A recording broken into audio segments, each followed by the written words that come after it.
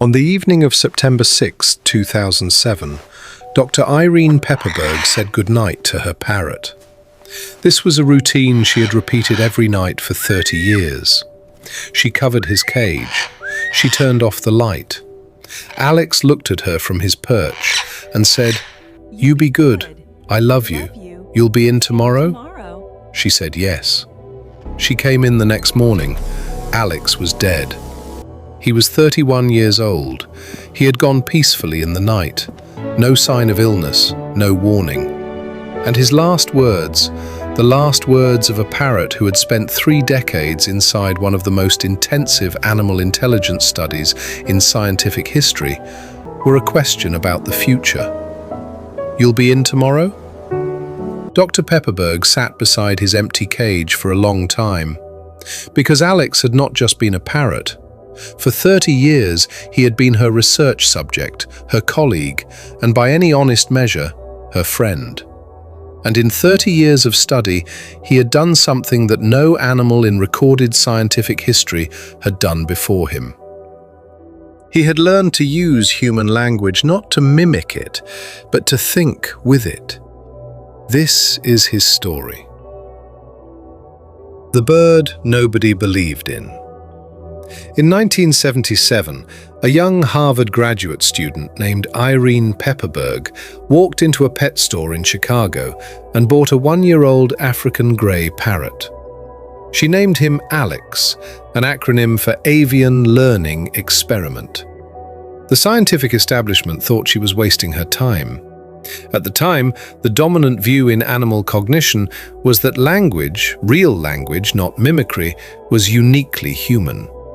The argument against her was simple. Parrots repeat sounds, that is all they do. A parrot saying cracker has no more understanding of what a cracker is than a tape recorder playing the word. The sound and the meaning are entirely disconnected. The bird is a biological audio player, nothing more.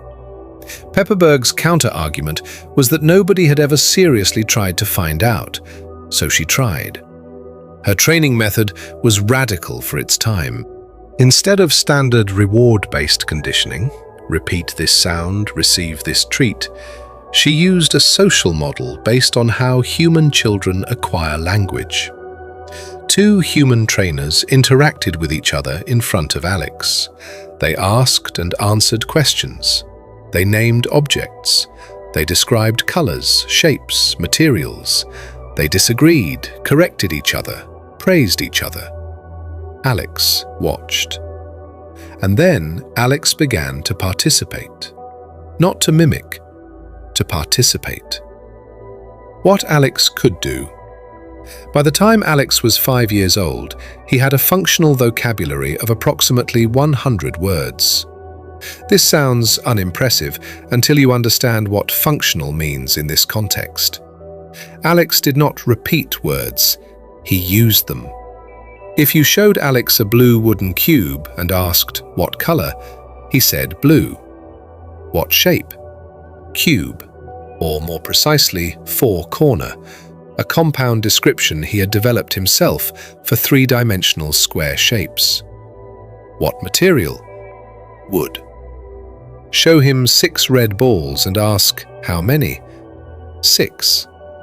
He understood the concept of zero, one of the most abstract mathematical ideas in human cognition, before most of the world's children can grasp it. When asked how many objects existed in an empty tray, he said, "None." He invented this answer himself. Pepperberg had not taught him the word none. He extrapolated it from his understanding of numerical concepts. He understood same and different, identifying shared and divergent properties across multiple dimensions simultaneously. He could combine concepts he had never been taught in combination, applying a color label to a shape he had only seen in another color, transferring learned categories to novel objects without prompting. In 1999, Pepperberg published her landmark study documenting Alex's cognitive abilities. The paper was peer-reviewed by some of the most skeptical voices in animal cognition. They confirmed her findings. Alex was not mimicking. Alex was thinking. The moment that changed everything. 7 years into the study, Alex said something that stopped the research in its tracks.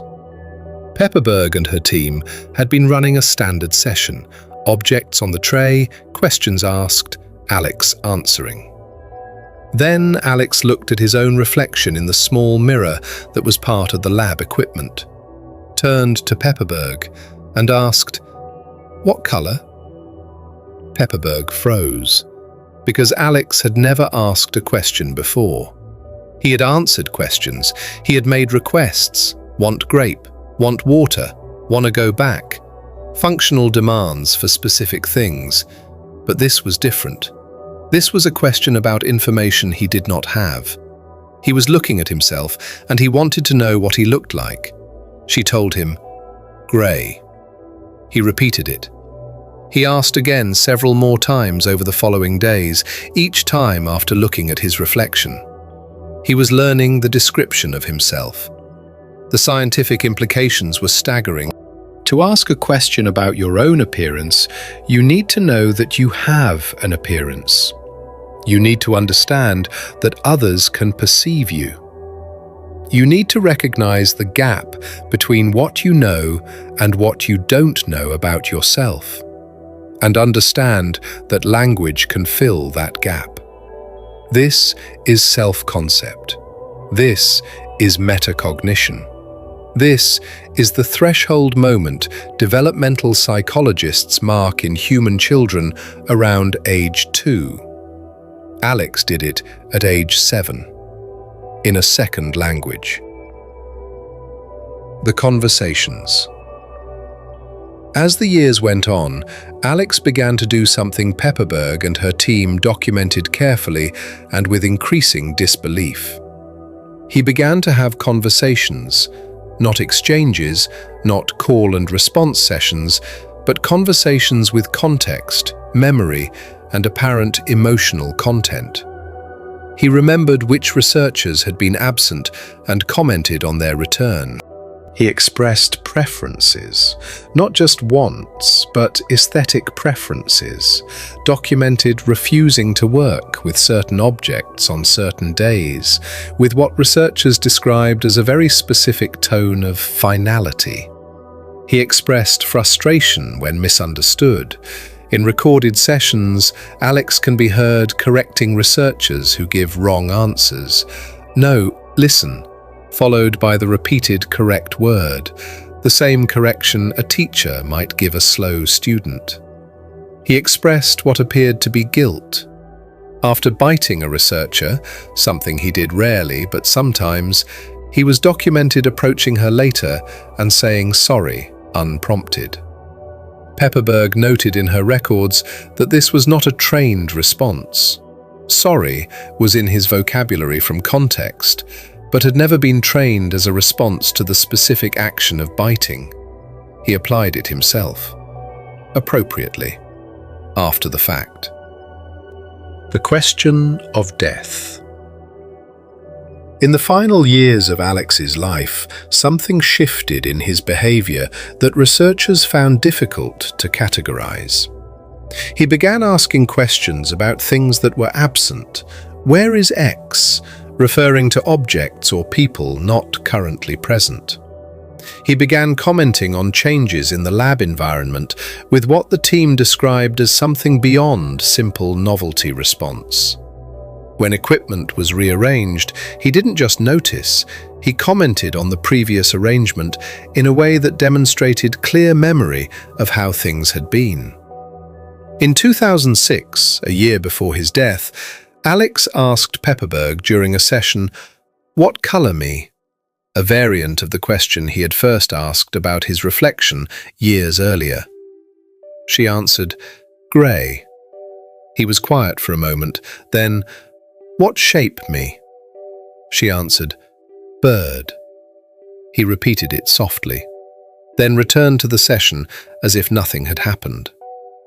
Pepperberg wrote in her notes that evening that she did not know how to interpret this exchange. It might have been nothing. It might have been exactly what it appeared to be, a creature in the last years of its life revisiting the question of what it was. "I don't know if Alex understood death," she wrote. "I don't know if he knew he was going to die. What I know is that he asked the questions a creature asks when it is trying to understand its own existence. And I don't know what to do with that." The last night. In the weeks before his death, Alex was slower. Not sick, his veterinary checks showed no specific pathology, just slower. Less insistent, more likely to watch quietly than to demand interaction. On the evening of September 6, 2007, the routine was the same as every other evening. Pepperberg covered his cage. Alex said his goodbye. "You be good. See you tomorrow. I love you." Words that had become a ritual he had assembled himself from pieces of language he had heard and chosen to use. But that night, he added one thing. "You'll be in tomorrow?" He had never added this before. She said yes. She came in the next morning. Alex was dead. The cause was determined to be an undetected cardiac arrhythmia, sudden, painless, quick. Pepperberg later wrote, "I keep coming back to that last question. You'll be in tomorrow. I don't know if he knew. I don't know if it means anything. But I know that in 30 years of working with him, Alex was never imprecise. He did not say things without reason. He asked things he wanted to know. And that night he wanted to know if I would be there the next day. I think about that every day." What the science says. The scientific legacy of Alex's 30 years of study is extensive and still being built upon. He demonstrated that a bird brain, architecturally completely different from a mammalian brain, can produce functional language use, numerical concept formation, categorical reasoning, self-awareness, and what researchers cautiously call emotional expression. The African grey parrot brain has a region called the nidopallium caudolaterale, functionally analogous to the prefrontal cortex in mammals, proportionally large, supporting what appears to be working memory, planning, and social cognition. Alex's vocabulary at the time of his death was approximately 150 words, all used functionally, all used correctly in novel contexts, many combined in ways he had never been taught. He could identify 50 different objects, 7 colors, 5 shapes, and quantities up to 8. He understood 0. He understood categories across multiple dimensions simultaneously. He invented words. Binary, his term for apple, combining banana and cherry, the two fruits he knew that it most resembled. This is not mimicry. This is language. Not human language, but Alex's language, built from human components and organized by an African grey mind with its own structure, its own logic, its own priorities. In 2008, Pepperberg published Alex and Me, part scientific record, part memoir. She carefully avoided overclaiming. She did not say Alex loved her. She did not say he was conscious in the way humans are conscious. She said, he was something. I don't have the word for what he was. I am not sure the word exists yet. Alex is buried at the Brandeis University lab where he spent his final years. His gravestone reads, Alex, 1976 to 2007. He will be remembered. Below that, in quotation marks, you be good. I love you. There are currently 14 African grey parrots continuing the research Alex began, learning faster because the methodology Pepperberg developed with him is now refined. But none of them, in 17 years of post-Alex research, have done what he did on that last evening. None of them have asked if their researcher would be there tomorrow. Maybe that was just Alex. Maybe it was the 30 years. Maybe it was something we don't have a word for.